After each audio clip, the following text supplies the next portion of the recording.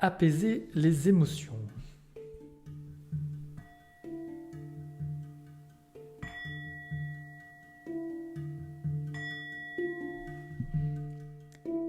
En position assise ou couchée, le dos est droit et détendu. Nous prenons délibérément 3 respirations profondes en ayant conscience avec chaque expiration de détendre le corps de plus en plus.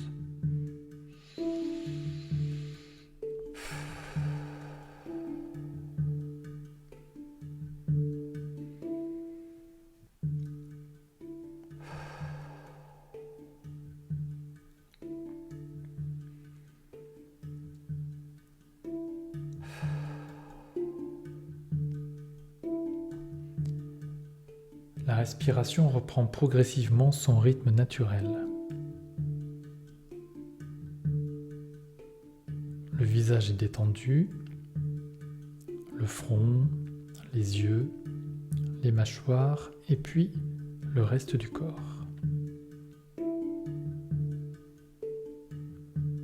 On sent se détendre le cou, les épaules, les bras, les mains, l'ensemble de la colonne vertébrale, le bassin, les muscles des jambes, les pieds.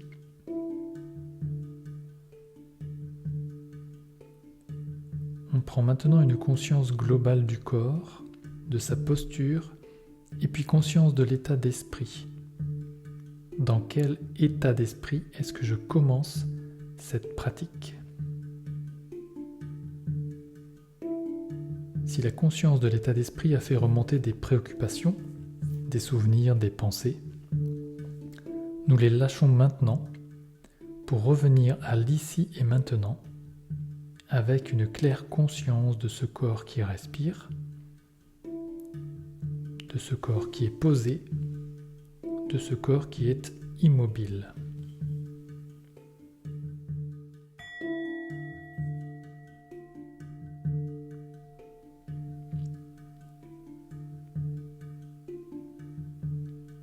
Peu à peu, toujours au rythme de l'inspiration et de l'expiration, les ressentis corporels s'apaisent. La détente s'approfondit et un réel bien-être imprègne tout le corps.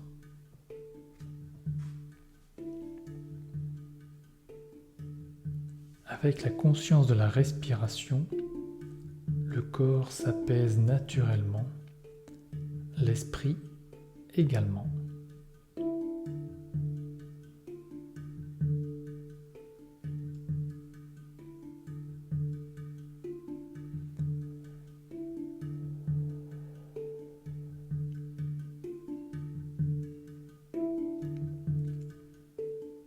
Nous focalisons maintenant l'attention sur chaque inspiration et sur chaque expiration avec précision jusqu'à ce que l'esprit soit de plus en plus paisible et centré.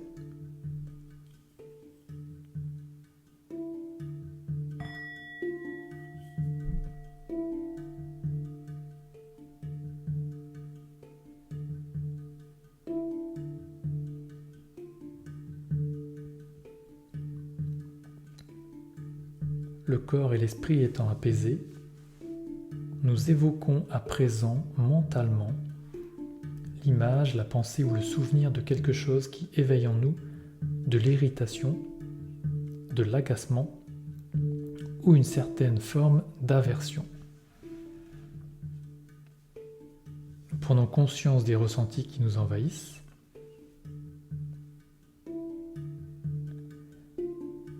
Nous prenons conscience de ce que nous ressentons au niveau du corps.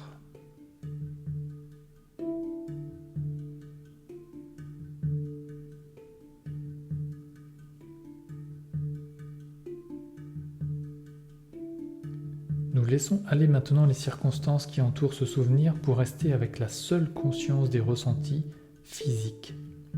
Sont-ils agréables, désagréables ou neutres ?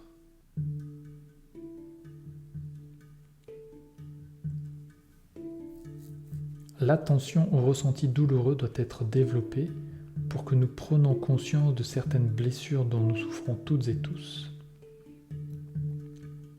C'est seulement en les voyant et en les identifiant clairement que nous allons pouvoir nous en libérer. Mais pour cela, il faut savoir que ces blessures n'ont rien de personnel. Nous en souffrons toutes et tous à un degré ou à un autre. Pourtant, à l'instant où la blessure est éveillée sous l'aiguillon d'un contact sensoriel, ou quand on entend une remarque désagréable, ou quand on voit une personne ou une situation qui nous touche, aussitôt apparaît une réaction avec le sentiment d'un moi qui surgit. En s'identifiant avec ses ressentis, le moi apparaît avec toute une panoplie de stratégies. Justification, culpabilité ou bien récrimination. L'apparition de ce moi est le fruit d'un conditionnement. C'est ainsi que notre entourage fonctionne et nous avons appris à faire de même. Mais la réalité est tout autre. C'est parce que la stimulation sensorielle a été trop désagréable, parce que le doigt sur la blessure a fait trop mal, l'attention et la sagesse qui sont en nous, ce qui sait ce qui se passe en nous, a été submergé. Si nous en sommes conscients et que nous faisons consciemment le choix de nous libérer de toute forme de souffrance, c'est le moment de s'en remettre à l'univers, au Dieu auquel on croit.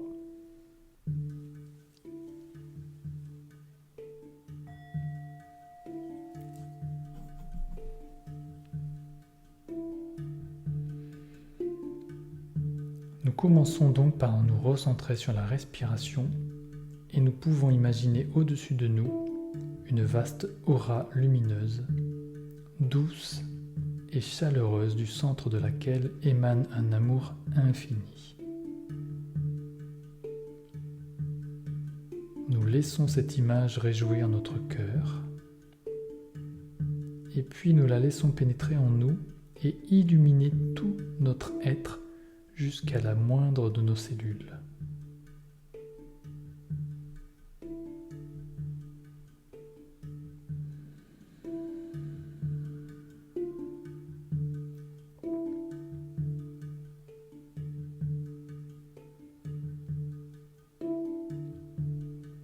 Quel est le ressenti maintenant ?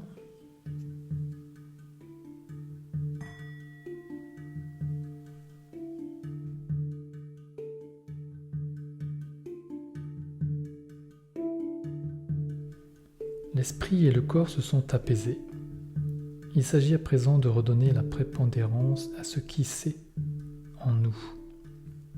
Cette attention et cette sagesse vont nous permettre de voir les choses clairement, telles qu'elles sont, en nous rappelant que tout est changeant et impersonnel, que les ressentis douloureux sont simplement le fruit de contacts sensoriels qui touchent une blessure plus ou moins ouverte.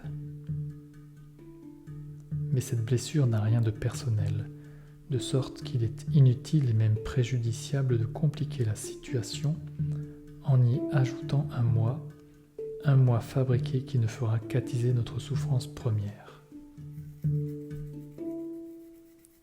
Prendre conscience, avec l'appui de la respiration, apaisera les ressentis et apaisera notre état d'esprit. Le cœur, une fois en paix, sera capable d'accueillir tout ce que la vie lui présente avec sagesse et sérénité.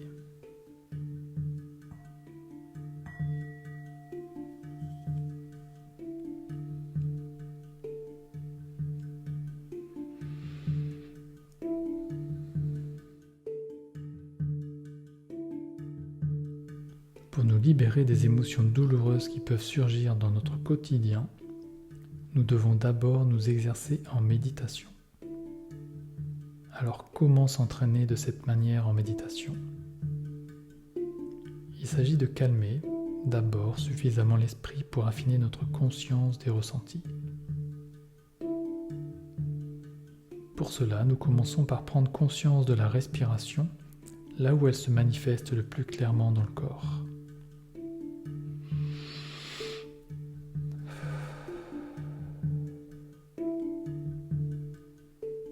Ensuite, nous laissons l'attention suivre les ressentis qui apparaissent ici et là dans le corps. Puis, avec une conscience de plus en plus fine des ressentis, nous arrivons à percevoir clairement leur nature éphémère. Ils apparaissent, ils disparaissent. Nous pouvons alors nous poser la question: en quoi ces ressentis sont-ils moi ? Car en réalité, si nous ne créons pas d'histoire autour d'eux, si nous faisons un effort délibéré pour nous rappeler leur nature impermanente et impersonnelle, ils ne tardent pas à disparaître.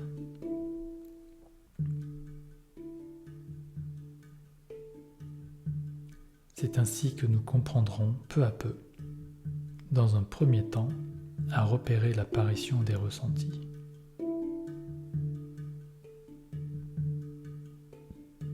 Ensuite, de voir comment apparaît aussitôt le moi conditionné et à reconnaître le piège de souffrance qui nous tend.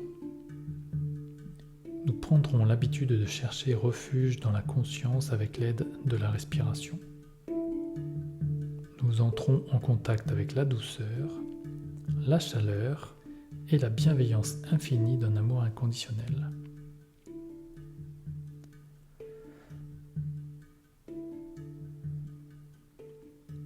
Ceci calmera la souffrance et permettra à ce qui sait, ce qui est en nous, de refaire surface. Nous verrons alors clairement, outre la souffrance que ces ressentis peuvent engendrer, leur nature éphémère et impersonnelle. Nous pourrons alors lâcher les réactions émotionnelles que ces ressentis avaient l'habitude d'entraîner.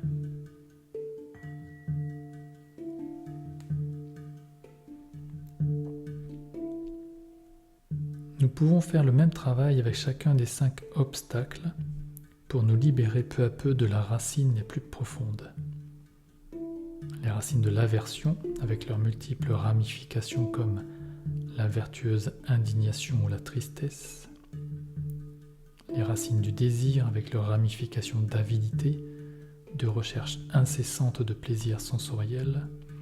Et puis les manifestations de l'agitation, qui incluent l'inquiétude et la soif de stimulation. Il y a aussi la léthargie qui peut devenir paresse et laisser aller.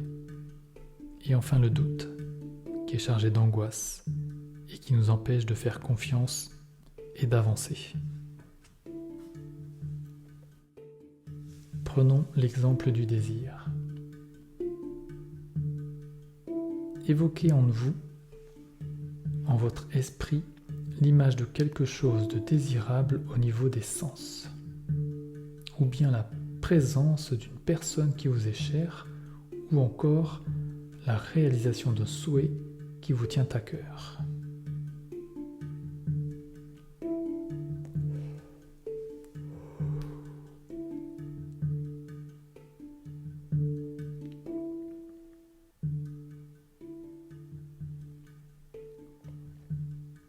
Prenez conscience des ressentis qui vous habitent maintenant.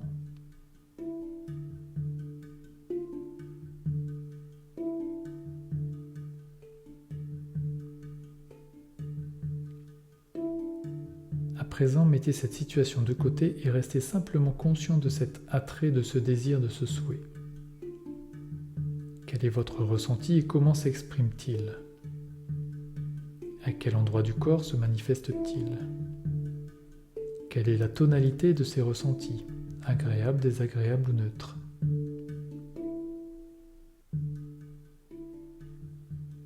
Vous avez atteint la première étape du travail. Les ressentis ont été repérés. En évoquant la situation première, voyons comment le moi s'en est saisi et a suggéré une image agréable alors que le ressenti, lui, ne l'était pas. Pourquoi ? En réalité, nous sommes conscients que le désir est une projection pleine d'incertitudes et nous savons aussi par l'expérience que tout passe. De sorte que les ressentis liés au plaisir ne sont finalement pas plus agréables que ceux liés à l'aversion ou à n'importe lequel des autres ressentis.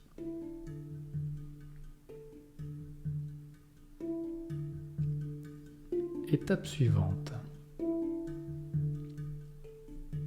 Toujours au rythme de la respiration, nous prenons refuge dans tout ce qui peut représenter la conscience, pour tout ce qui peut représenter le bien-être, comme la bonté, la lumière, la douceur.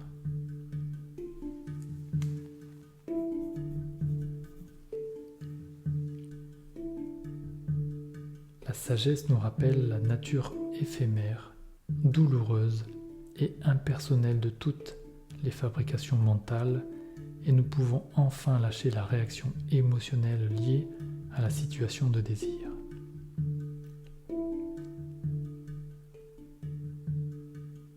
Nous pouvons pratiquer de la même manière avec les 3 autres catégories de pollution mentale qui obscurcissent l'esprit originel qui est, par essence, lumineux.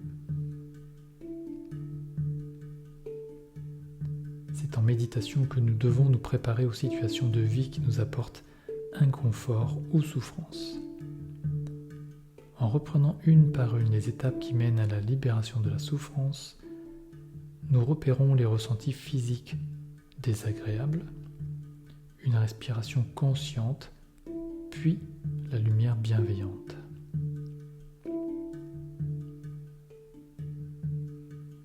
Une fois l'équilibre intérieur rétabli, la sagesse peut se faire entendre. Elle peut tout simplement vous dire « n'y crois pas, tout est impermanent et impersonnel, tu n'es pas cela ». Et c'est ainsi que la sérénité de l'esprit originel et lumineux s'installe.